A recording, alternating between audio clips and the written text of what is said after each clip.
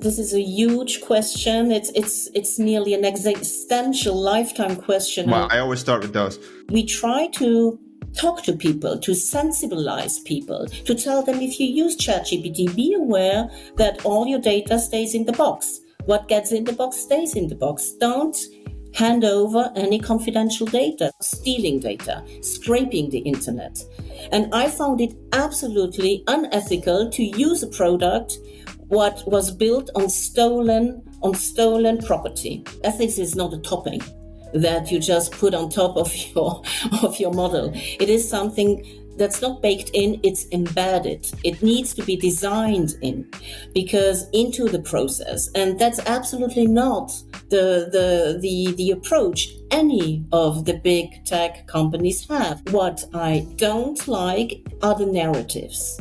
And these narratives by big tech who use false information to lead their business in order to infiltrate their systems into our workflows, into our daily lives. I think we need people to correct them. At one moment, we will say, stop. This is enough.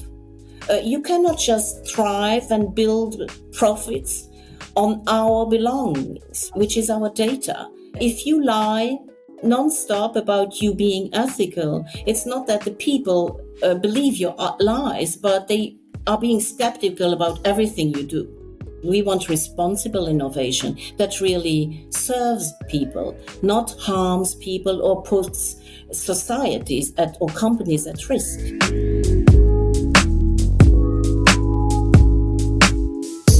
Hello, Katja. Welcome to my podcast.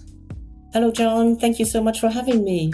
Okay, so I want to start off with the genesis or how you came up with the idea for the House of Ethics, which you are obviously the founder of.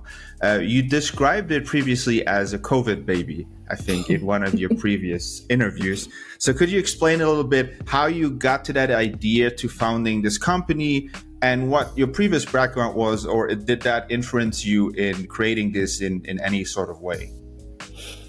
Well, this is a huge question. It's nearly an existential lifetime question. Well, I always start with those. Because you started with the biblical Genesis. So, but as you mentioned correctly, it's a COVID baby because previously I was a professor at the Sorbonne. I have been teaching there for 12 years, information systems, which is quite useful, let's say, when you talk about AI ethics in order to know the systems that you talk about and you apply ethics to. So that is the background I was having. And how did it happen? You know, ethics, John, ethics, we all are ethics. Ethics is life. Ethics is talking. Ethics is interconnecting. Ethics is actually who we are. So it is not something that just comes up like that and one day you wake up and you say, I want to do ethics. No. When you lead a decent life, you help people out. And I think as a professor, you are always there for your students. You help them in their life. You guide them. You mentor them. So you are a little bit at the service of, if you do it right. Do you look at it from a language perspective? Mostly because previously you were a linguistic professor. I mean, you taught at Sorbonne, I think, among others. So is that the angle from which you look at ethics and then just say, okay, I'm using ethics and I'm applying it to the field of artificial intelligence, let's say now? Well, then let's start with the beginning. What is ethics? Ethics is an actionable philosophy. It belongs to the philosophical discipline. And when we talk about linguistics is not just about words. Linguistics is about communication, how we interrelate. So I think it is the most fundamental thing in life, especially for us humans. So you have linguistics, you have semantics, how you understand things, concepts, and then you have semiology, which means that what are the signs communicating? And of course, with ethics, it's fundamental to know about rhetoric, communication, because it is human. So, of course, it's not something that just once again popped up, but it is something that interconnects with everything we do. You are doing ethics right now. It's like le malade bourgeois gentilhomme. He was doing philosophy without or medicine without knowing it. So we are doing ethics without knowing it.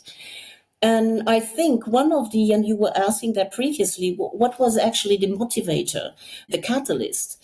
Well, the catalyst was because I absolutely don't find ethics as an elitist discipline. I really think that everybody can talk about ethics. Yeah, that's the swarm, but I think we'll talk about it later. But you briefly touched, that's the concept of swarm ethics, right? No, it's for me the concept of ethics, not Okay, in just general. swarm ethics. Okay. Ethics, and also it's the concept of the original Aristotelian ethics. It's an ethics which is for people, and it's for the police, for everybody in the city. And what happened is that ethics had been hijacked by elites. And that's why also I decided to name the new company House of Ethics, not Academy of Ethics, Laboratory of Ethics, Institute of Ethics. It's a house. It is open to everybody. You don't need a degree to talk about ethics and to work at the House of Ethics. That's very important. It's accessible to everybody. And that's how it should be. So what do you do at the House of Ethics? Well, at the House of Ethics, we do several things. We do B2B work and B2C work. So for companies, we are doing consulting. We are designing frameworks for AI ethics literacy for programs that we are designing.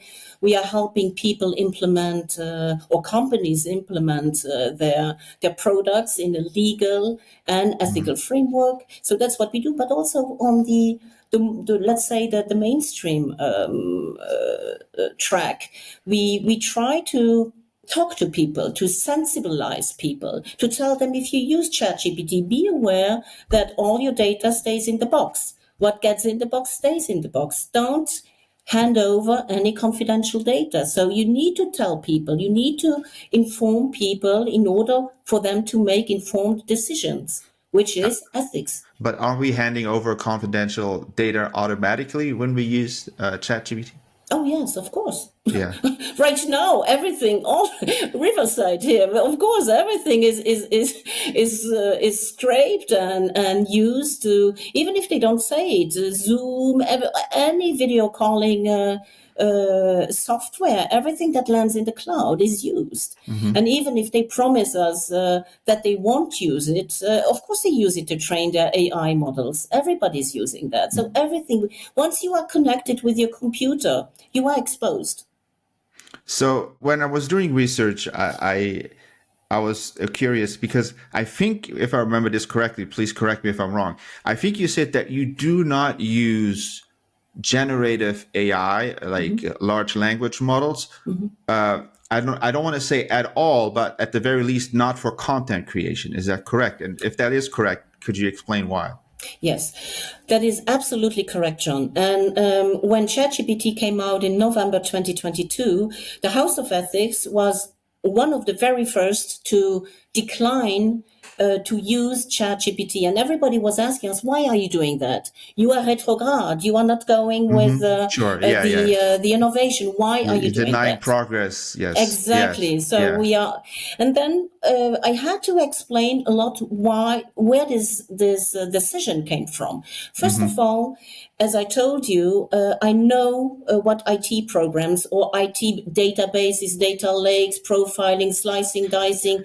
I have been working in that, so I know what the IT is about. And when I heard about transformational models, GPTs, well, I knew exactly that it works on big data. They need to get their data from. And at that time, nobody was talking about stealing data, scraping the internet. And I found it absolutely unethical to use a product what was built on stolen property. And at that time, nobody was really talking about it. And I said, well, I don't eat a cake with stolen ingredients and that afterwards you sell. I'm not playing or being part of such a game. We are let's say, being very aware about it when we are talking about food. We say we don't buy bananas picked by children. So why shouldn't we be also very aware about IT programs we use?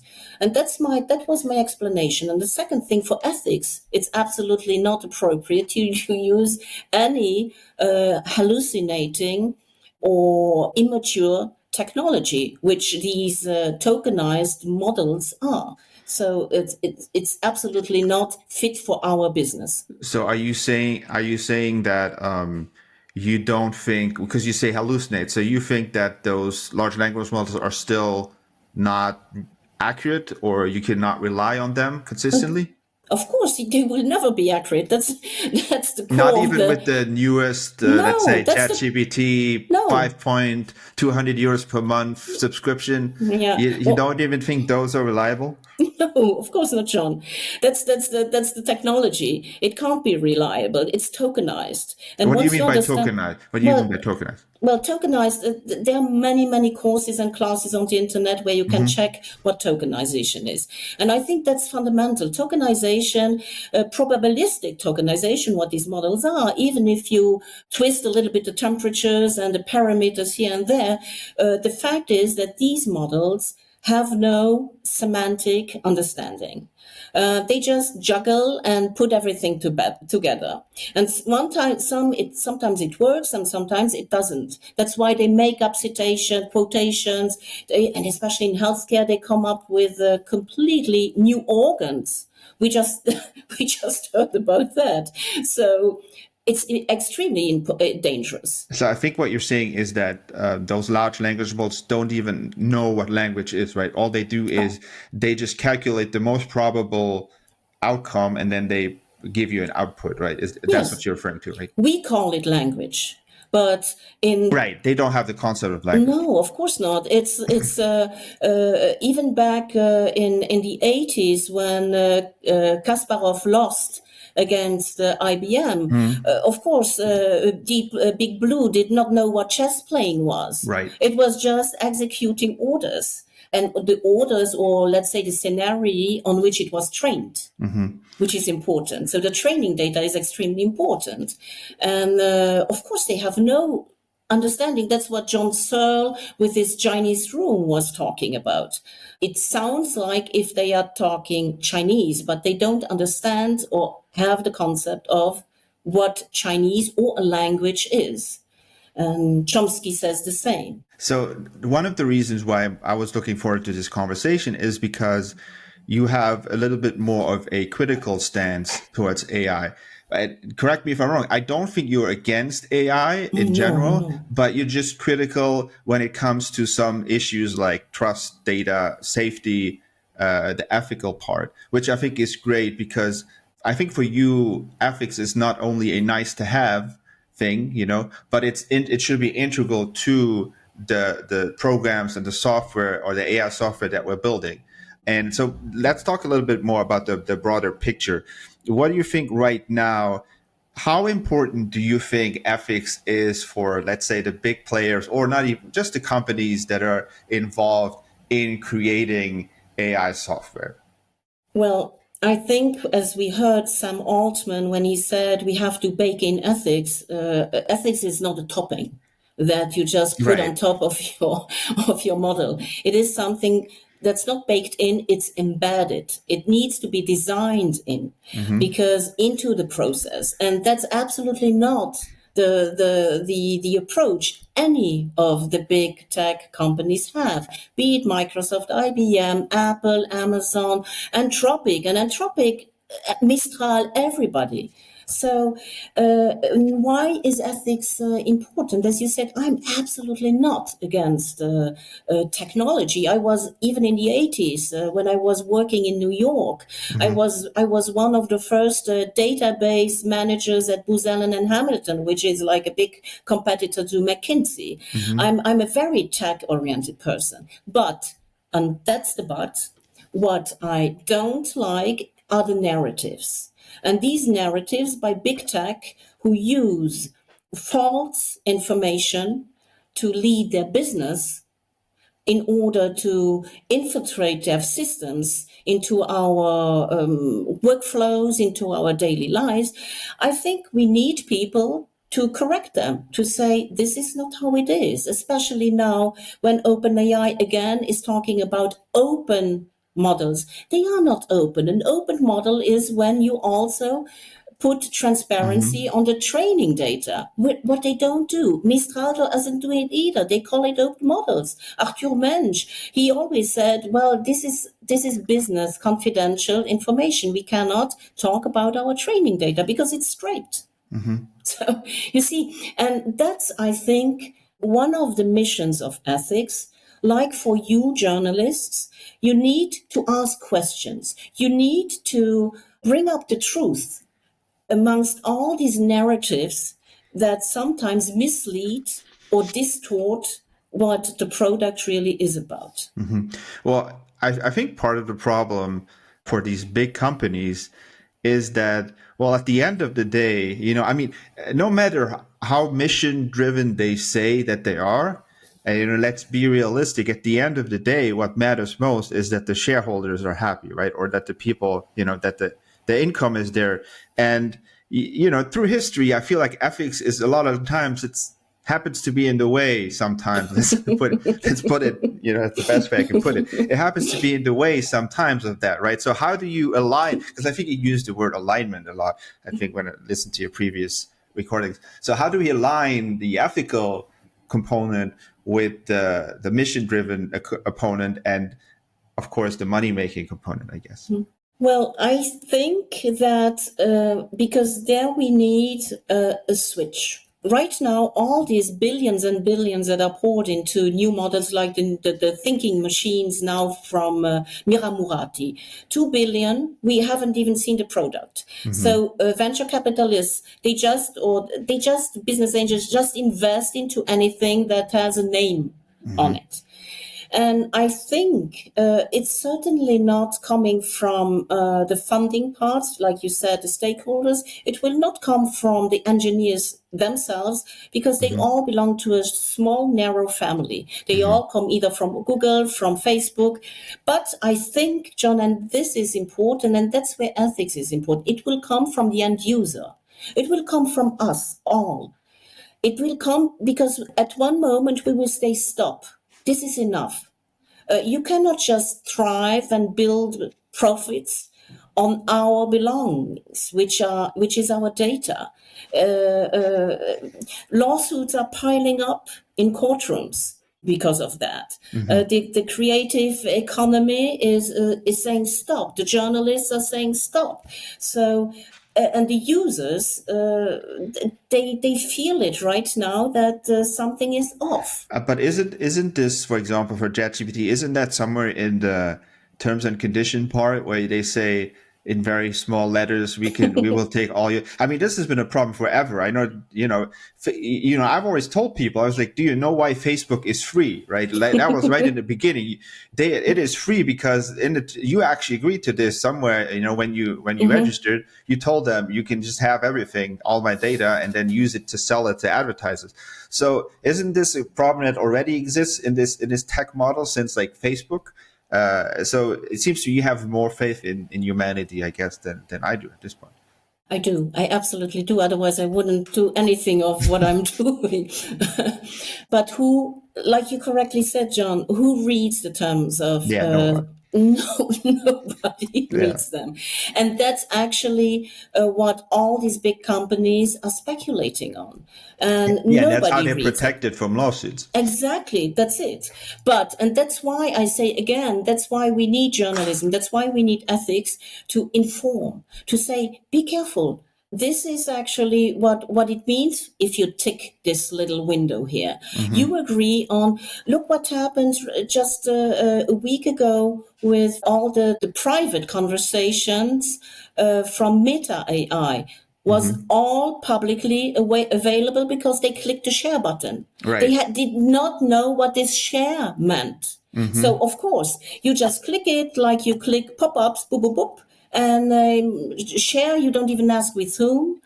but you just click it in order to eliminate that window from your screen, with, of course, devastating consequences.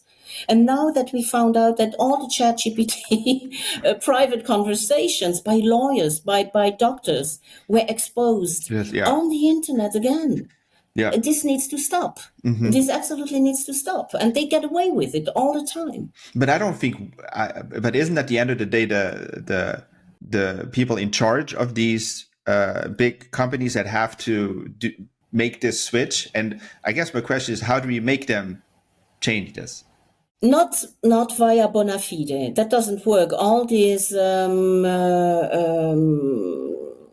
we were talking recently about the codex or the code of of good behavior, the code of the Call of Rome, and they sign all these things, and they comply freely to it. They are absolutely not complying. They are just signing. Right. So I think it's not going to come from the big players, but because once you have money, once you have power, you don't give it away. You fight for it. And you try to circumvent anything that blocks you. Microsoft, they have 3,000 lawyers in order to keep them complied to the AI Act, but it's not compliance. I think it's how can you circumvent it, navigate the gray zones too. Right, because you mentioned the AI. I guess you're referring to the EU AI Act, right? Absolutely. But yes. that is, but for them, I suppose that's only an issue in the European Union, right? Because in the US, there aren't really any relevant privacy laws, right? Absolutely. So are they? And I think, correct me if I'm wrong. The OpenAI released an image programming Sora or something platform, and initially they didn't launch it in Europe because it was way too much of a hassle because of the GDP and the EU AI Act. So so how do you see that difference, I guess, in terms of privacy expectations in Europe and the US? Do you see that there is a difference? Oh, yes, of course there is a difference. Unfortunately, there is a difference because if you launch a car without brakes and without lights on the market, it shouldn't be driven. And then we need to have controls. We need to have norms. We need to have standards. And if everything is in a laissez-aller, we are not talking about risks anymore. We are talking about damage. We are talking about harms. We are talking about violations and eventually death. I'm going to play devil's advocate here. I'm not saying this is my opinion, but because I talked to many people like professors in artificial intelligence. I had Patrick Launer on the first episode, and he's a very big expert and he's very pro AI. So what I think he would say is that people that are opposing or proposing this EU AI Act would be against innovation and ultimately are harming the economic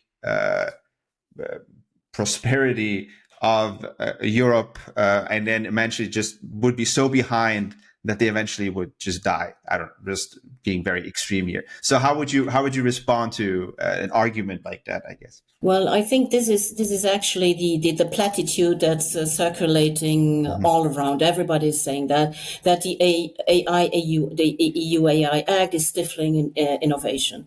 But let's be honest, we just don't want any kind of innovation. We want responsible innovation that really serves people, not harms people or puts societies or companies at risk. So that's what I want. I'm probably the most innovative or forward-looking person in terms of AI. And we are not talking, and also it's not just AI. We have traditional AI and we have Gen AI. Machine learning AI is completely different from generative AI. So we should not mix up all of these things either. We have to be clear about that and very, very nuanced about what we talk about when we talk about AI. So Gen AI is not bringing innovation anywhere further. We also need to analyze a little bit better what innovation means. What does innovation mean? Is it just something new? Is it something that serves somebody or something in a positive way? Because cigarettes were innovation too. And right now we know that they harm enormously human mankind. So there are many things. The nuke, the atomic bomb was an innovation, but was it positive?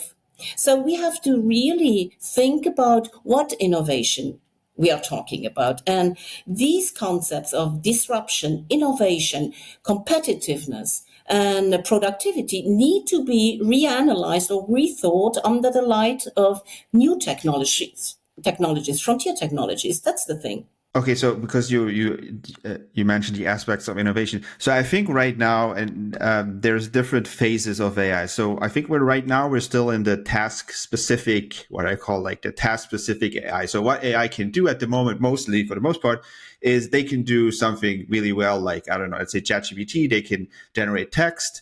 You might have a robot that can do this, and so you have all these different things, but we're not yet at the general artificial intelligence state. So the burning question for me, and I know this is always looking into the future, is like, okay, so when we eventually get there, because I think we will.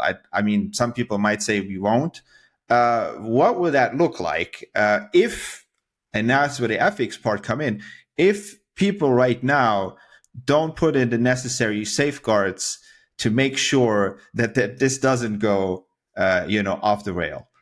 Well, when you talk about AGI, there is no definition about AGI. So how do you want to put safeguards around something that you have not even defined yet? Nobody is really thinking or defining AGI the same way. Nobody. Bostrom back in the 90s was talking about AGI. Ray Kurzweil was talking about AGI. They were saying it's 2025, then 2035. Altman, before his next round of seed round, was actually pointing to it's going to happen in 6 months. So what is AGI? And I was hoping you could tell me. I certainly can't. I think nobody can. Right. It would be presumptuous and totally fake news to say something like that. Right. No, because we have no idea what it is. And then also, John, how can you... Let's be rational for a moment. We are talking about systems here. How can a system such as our system actually think about a system which is out of our system? So from a purely logical side, how can we invent something that's not within our system? So AGI, it's more than just cyborgs or transhumanism or uploading conscience or talking to deaf people. It's much more than that, what they actually are striving for. But what exactly it is and how to keep away from it, we have no idea. We have no idea. But would you agree with that statement? Could we say that if we don't put ethical considerations into developing, even improving our AI, that this could go out of hand at some point? Because like you said, we don't know how it's going to develop. We don't know at what rate it's going to develop. We don't know what the end product will look like. So is that why implementing ethics right now is so important? Well, why, in general, why is ethics important? Because it is human related. And everything that we produce it for us here on this planet. So in order to produce beneficially or add something to our humanity, we need to keep, just by anything that we do, we need to keep the human aspect, humanities in sight, and that's ethics.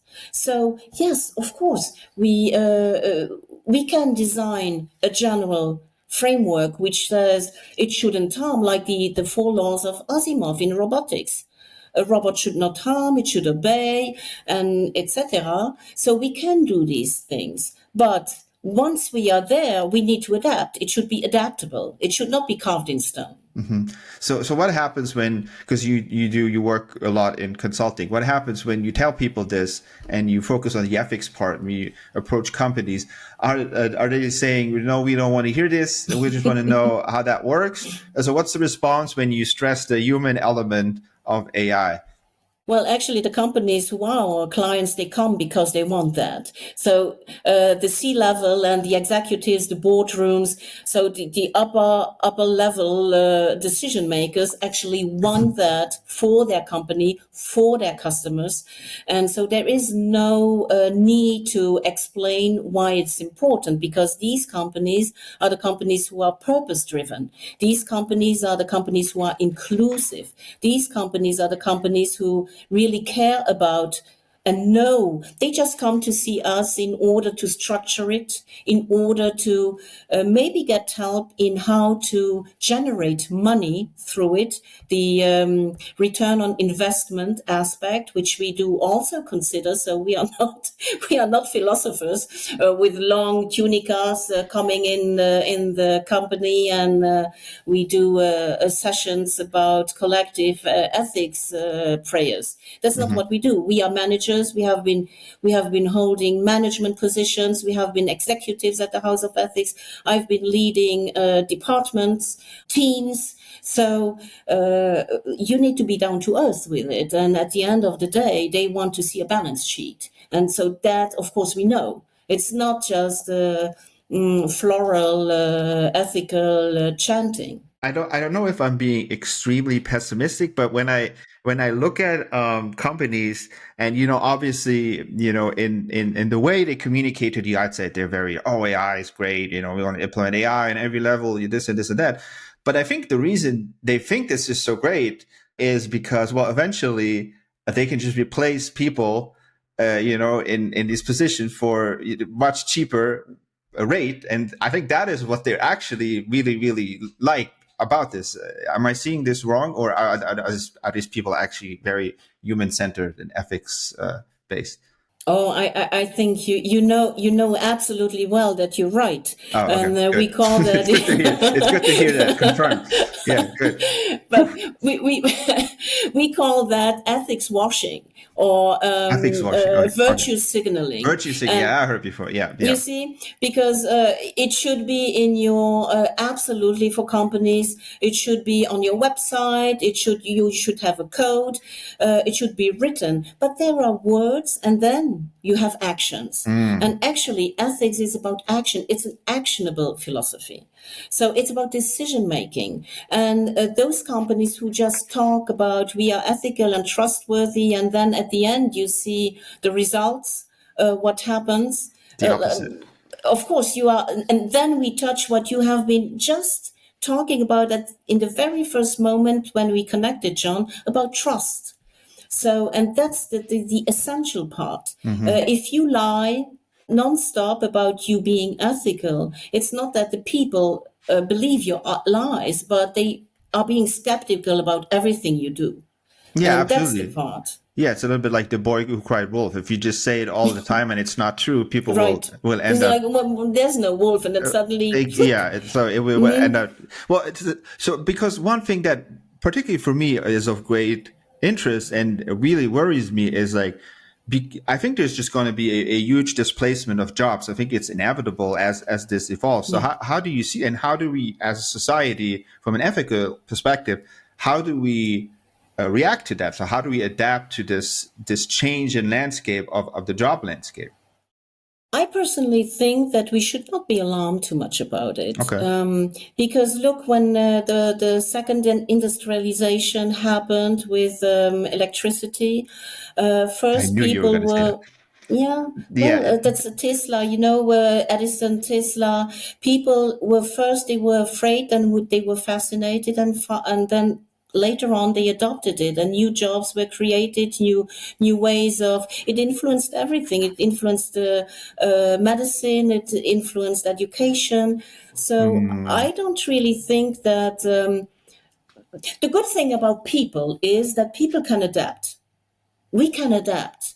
We have the strength and the cognitive strength to understand when we need to change and to adapt. And that's why it's important to talk about systems and not hmm just about products or programs. It hmm is really once you understand how you can add to that system or benefit from that system, it's actually a blessing for you. hmm And there are so many low-paid jobs and so many people who are being totally disregarded in their jobs, if they are replaced by AI and they find a better job in AI, so I don't see why it shouldn't work. Well, I will give you an example. You say, well, what if a person who has a low degree job, let's say and then, well, he can just find a new job in AI. But if he's, let's say, a truck driver, he's driven trucks for like 30 years of his life. You can't just tell, oh, well, now why don't you just become a programmer? And I think that's not realistic. So I think for a No. lot of people, they will not have that option to switch to a different domain that is somewhat related to AI. Well, if you are a good truck driver or a good cleaner, you just know more than your wheel or your mop. You know about the products, you know about the routes, you know about the truck itself, about mechanics. So, and if this truck driver has a good, let's say, boss or manager, this person will know how to reorient that person and take much more out of him or her than previously. Maybe this truck driver can become a major part by implementing the routes, by implementing internal human structures like the teams, collaborations, or maybe since he was all the time on the route, he knows where to find new opportunities. All these sides of, let's say, workers, operational workers, are never exploited or explored. And that's why you need also sharp people in management positions to see these opportunities for the other people. So it's absolutely not, like you said, it's not, I'm not talking about taking a truck driver and, and that he should be the next Sam Altman. That's stupid. So you think that even if there is a disruption and even if jobs are being replaced by AI, you think that the people that are impacted by this will eventually shift towards a different job or a different Let's domain? call it upscaling or upskilling. It's upskilling. It's not downskilling. That's the thing. What's important to you improve people, you augment people, and this is what's going to happen. Upskilling, not downskilling. And it's not necessarily a displacement. We always see it. We leave a sector and go to another sector, but you can also vertically climb the ladder and use your 20 years of experience of a truck driver to improve the company's pertinence on the market. Yeah, I'm a little more skeptical myself, but I think obviously I can't predict it, but this is just my gut feeling, somewhat intuitive, but also informed by because you mentioned the Industrial Revolution. You said, well, this happened before, right? The Industrial Revolution, they all had horses, and then, the Industrial Revolution happened and there were no more horses and they did other things, which is true. I give you that point, but I think this one is so transformational on so many levels. It's almost like earth-shakingly transformational. So I don't know if people are aware how transformational this is, because I always use this example. When I first used ChatGPT, I think I used it and this is only the one example. I used it because my girlfriend at the time, she said, "Oh, you want to apply there? Why don't you use this?" And I was like, "All right, let's try it. I don't know. You've never heard of this before." So I tried it, and I was like, "Wait, this is crazy. Like, how can they?" And so it's just like this will just keep on getting better. Another example is the videos right now. They keep making videos. I mean, at this point, I can still tell when there's a fake video, but in 1, 2, 3 years, I don't think I'll be able to tell anymore if a video is real or it's not. So I think it's just impacting so many different aspects of society that I don't know, or I'm afraid that we might not be able to handle it at some point.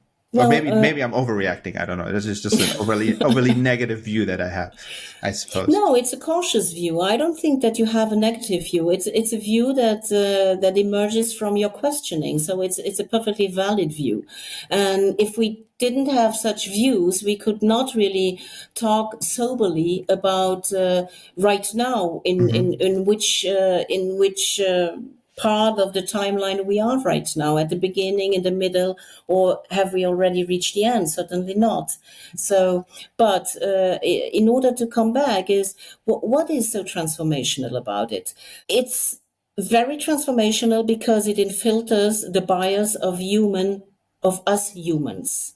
It changes our way of thinking. We upload or we even outsource thinking right now. Mm-hmm. Our behavior is changing too, especially when we are talking about physical AI robotics.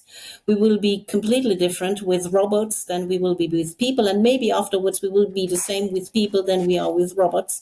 So our knowledge management capacities will change as well. Like you mentioned, what is real, what is truth, what is fake, what are lies. So that's why it is very complex, and I am very grateful that you touched upon it, because right now it is not just a shift, it is a shift, a systemic shift. And that's why it's so different. And that's why we need different approaches to it. And I think that's the most fundamental thing. It's not just a product, it's a system. It's a systemic shift, and we need systemic solutions to it. And it's not another program that's going to save us. It is from multiple layers, multiple people, and that's why I like interdisciplinary approaches. Mm-hmm. So you said we need to shift. Is the swarm ethics part of this? Because I found this concept very interesting. Could you touch a little bit upon what you mean by swarm ethics, how it functions in practice, and how it could be applied to the AI space? Mm-hmm. Well, first of all, why did we call it swarm ethics? Because it leans on swarm intelligence. And what is swarm intelligence? Swarm intelligence is collective intelligence. Mm-hmm. And compared to normal ethics, which is completely individual based, swarm ethics is collective ethics. That's the first point. Mm-hmm. The second point is swarm ethics, since it is relying on us all, not just an individual, it considers people as systems, which means that I can change my behavior or my idea about a norm I had before talking to John or after talking to John. Because exchanging ideas, listening to somebody, talking about things, well, that actually influences our ethical behavior. Mm-hmm. And that's why the behavioral aspect, the anthropological aspect is very important in swarm ethics. And that's exactly what we need when we talk about ethics within a company. We need to consider the human element, not just the system. Because after all, it's people who are in charge of systems and who are responsible or accountable at the end of it. And then the third point is that swarm ethics is agile. That's very important, because when you talk about the cognitive evolutionary approach to ethics, which is the philosophical part, it is hard coded. It is top down, whereas by Mm-hmm. us, everything or everybody is involved is participatory ethics, and which means that it is very fit for teams. It is very fit for situations that are uncertain. It actually thrives in uncertainty, whereas normal ethics breaks down or is outpaced in uncertainty or by uncertainty. If I understand this correctly, could you look at this as an iterative process? So basically ethics are formed in conversation with other people. So by talking to each other, interacting with each other, that's how the ethics or the normative ethics are formed. Is that correct? Yes, because it feeds itself by the new, by the different.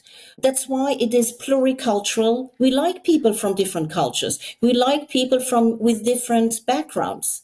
We like people in a company who has, especially a worldwide company. Well, it can absolutely benefit from different points of view. And in swarm ethics, actually, conflicts are positive because we eventually try to find consensus.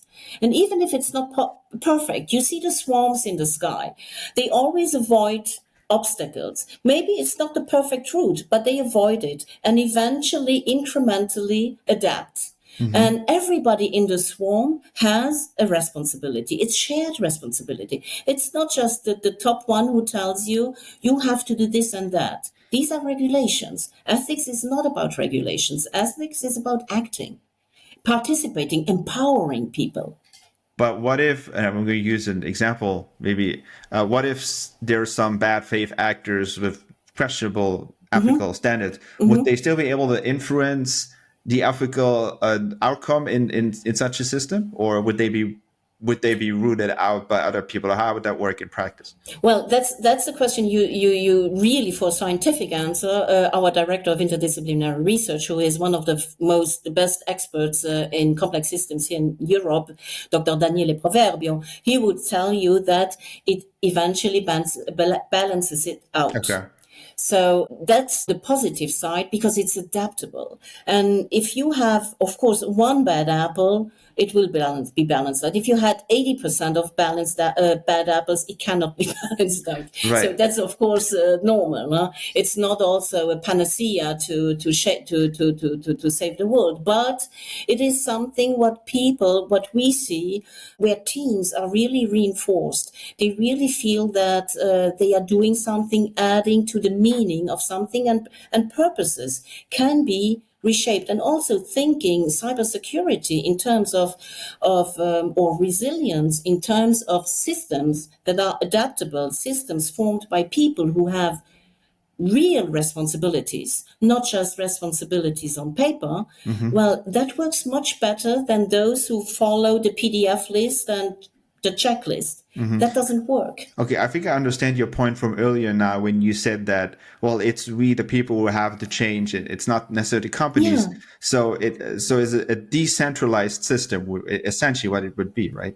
Absolutely. And the decentralization is very important because when you have top-down approaches or a big database or one who is deciding for you, you might not be happy with it. But if it's decentralized, you maybe have to give up something, but at the end, you gain much more. It's about really compromising and finding consensus. And decentralized is that a lot of different parts can add to the flourishing of the entire system. That's why we have now federated learning, we have blockchains. All these architectures are decentralized. Why are they decentralized? In order to prevent, let's say, loss of control, in order to prevent corruption. Exactly. Yeah. Voila. So if one chain just switches off, the entire system doesn't switch off. It still is able to function. And that's exactly what you can do in an ethical setting, where every single station, or let's call it people leverages, or like lighthouses, ethical lighthouses, where they are empowered. And they feel really that they have a mission. But only if you understand it. What do you mean only if you understand it? Because it's not a list, it's not a PDF list, it's a process that we have gone through in order to explain what transparency means, what interoperability means, what explicability means, and what does it entail on my personal level as a worker in a company. What do I have to do in order to make my work more responsible, more transparent, more interoperable, more accountable? That's what it means. And look, when Microsoft, when they fired their ethics safety department, immediately other departments said, now, who is going to explain to us what we have to do? It's about communication. It's not just, the reflex answer. Yeah, exactly. Yeah. So it's not just about maybe, and that's where alignment comes in. Because maybe responsibility for you means something different than responsibility for me. Responsibility for marketing and sales is different from responsibility from project management, different from human resources, different. So we need to find alignments, and we need to find ourselves within it. That's why communication is important. That's why management is important. And that's why interdisciplinary ethics, that what we do, business, compliances, IT, very much IT, because we are talking about IT, but also people management. So what would you tell a person if you could give an individual advice? How could they implement an ethical perspective, or how could they interact in this, like you said, ever increasing complex system? What can the individual do? Because sometimes, a lot of times, it feels that we feel like we don't have any power, and it feels overwhelming. So what advice would you give someone that would come to you and ask that question? I think the first thing to do is to inform yourself. Because only by knowing things, I was invited by a major network here in Luxembourg on an interview, and it was broadcasted throughout the country. And after that, and I was talking about ChatGPT, and I said, well, people should be aware that ChatGPT is stealing our data. After that, I got so many calls, so many emails, so many reactions from people. Oh, you need to talk about this. We didn't know that. Why is nobody telling that? Why is nobody informing us? How is that possible? And I think there is a big gap about information, just basic information. I'm not talking about business information. I'm talking about plain language, telling people what you put in the box stays in the box. Be careful. And then this is for anybody just outside on the street. But if you are a lawyer, if you are a doctor, and you are bound to confidentiality, well, you need to be double, triple times more cautious. So these are the things that we need to communicate about. And to be honest, why did this interview have such a resonance? Because people are avid, they want such information, but they are not giving it. And that, I think, information is very important, because then you can choose if you want to use it or not. And say that, oh, Meta is stealing our data. Meta has been stealing data since Cambridge Analytica. That's their business model. Right. So just to close off the conversation, so what would your ideal, like, if you look into a crystal ball, what would your ideal would look like in 10 to 20 years? I would assume it's not OpenAI stealing more data, but I think it would probably look differently. Oh my, John, you are. This is like a major question, because I cannot even say what I life open with looks the major in, and I close with the major. In 10 hours. You are asking about 10 years. So to be honest, I have no idea. This is like pure science fiction. So we should rather ask Asimov.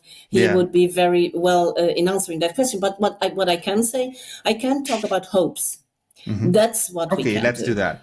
What would you hope for? Yeah, I will hope for that people gain more trust in themselves than in systems. Okay. Because when you have a solid basis of trust in yourself, you can assess the system much better. And trust is not a pop-up. Trust is a process, and companies should know that. That's a marathon.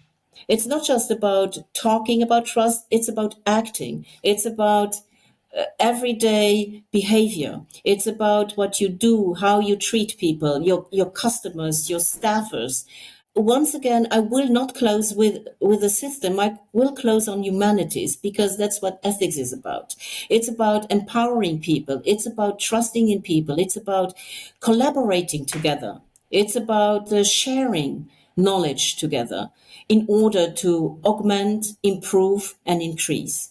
And I have to thank you so much, John, for giving me the opportunity to express sometimes a little bit of a dissenting view. Yeah, but I'm very much with you. So thank you very much for coming on. It was very interesting. I think it is very important to have people that take the ethical component serious. And like you said, it shouldn't just be something that is overlooked or just like topping on a cake, I think, but it should be baked in. It should be integral to everything we develop and how we interact in society. So I think you had some really fascinating perspectives. So thank you very much.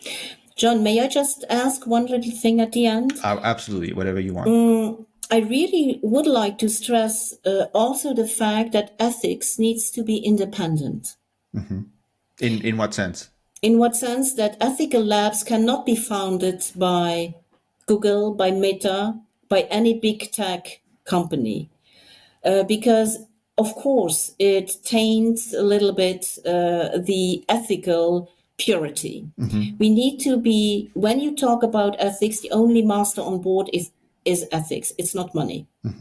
So, and that's very important. That's what the challenging part is, I guess. Yes, it is. Yes. But it is needed. And that's why we can speak up. That's why we can ask sometimes questions that are a little bit frictionable, but we need to do it in order to move on for innovative, or let's say a sustainable and responsible innovation. Awesome. Well, keep up the good work. I think it is really very important what you do. No, thank you very much, Thank John. you so and you much. too. Huh? Thank you. Yes, thank you. All right. Bye-bye.